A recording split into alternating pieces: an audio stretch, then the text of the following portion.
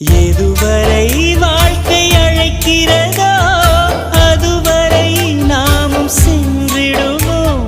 விடை பெறும் நேரம் வரும்போதும் சிரிப்பினில் நன்றி சொல்லிடுவோம். பரவசம், இந்த பரவசம் எந்நாளும் நெஞ்சில் தீராமல் எங்கே வாழுமே.